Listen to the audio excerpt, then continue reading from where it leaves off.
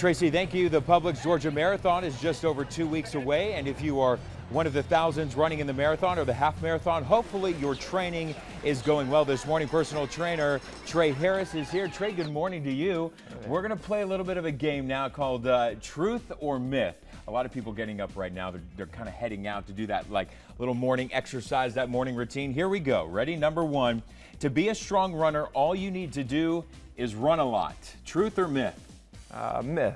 In fact, a lot of runners find it challenging to just stick to the running routine, but to be a better, stronger, faster runner, you need to incorporate nutrition as well as a combination of full body flexibility. Okay. And you got to work out too. Yeah. You can't just go out there to put on some running shoes and say, hey, today I'm going to run a marathon.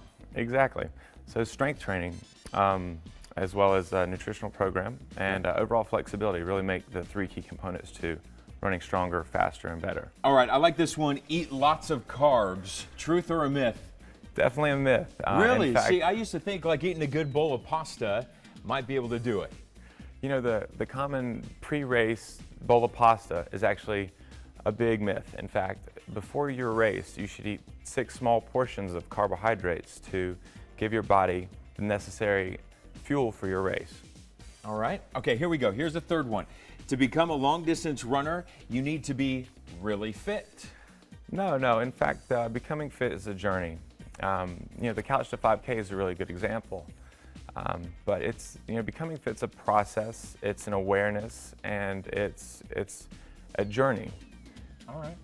It's a journey. It's a journey. Right. We don't necessarily, you don't have to be like Mr. Olympian in order to run a marathon, right? Exactly.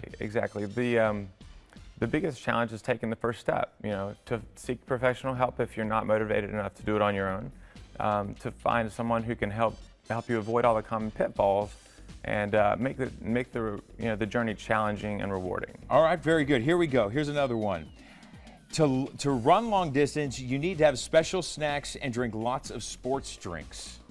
Well, to become an effective long-distance runner, you really truly need to know all of the variables in that equation, many of which include the race condition, your body's metabolism, and then most importantly, your body's digestion rate. What are some of these? I see hammer gels. What's this good for?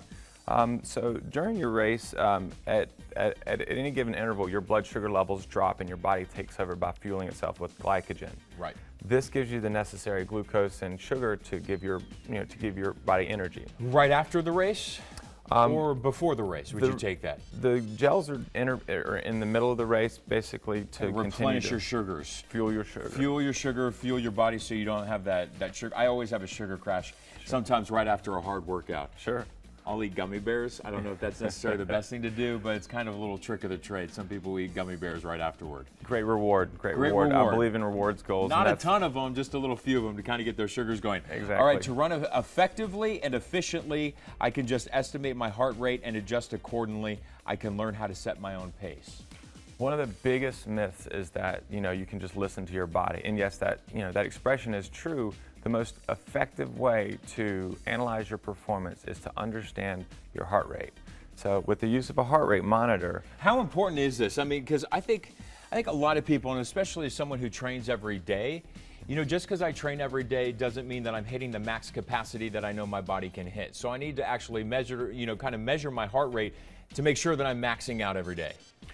Very good question, actually. The max capacity for, interval training or having your heart rate spike is very important. For endurance training, you have to stabilize your heart rate. So the first part of the race, most runners come out and go too high, too fast, too soon, thereby decreasing the potential for them to finish strong, for them to continue to stabilize their heart rate and to be able to run strong towards the very end of the race with negative splits. All right, so you want to keep that kind of stable for those who are out there doing the marathon. We want to let everyone know CBS Atlanta, very proud sponsor of the Publix Georgia Marathon and Half Marathon. There's also a 5K. It's on March 17th, St. Patty's Day, over at Centennial Olympic Park in downtown Atlanta. To register, go to our website, cbsatlanta.com. Look under the Better Health tab. If you're out there looking for a trainer, Trey Harris over at Midtown Trainers kind of get you into shape for that marathon. Paul Osman, how's that? How's this? How's this? How's this? You know, I have an app on my phone. It's called 5K to the couch. I go in the opposite way, so it's working well, though. I let you know. That's a good app, though. That couch to 5K. It kind of takes its time with walking and running intervals. We're looking at mostly cloudy.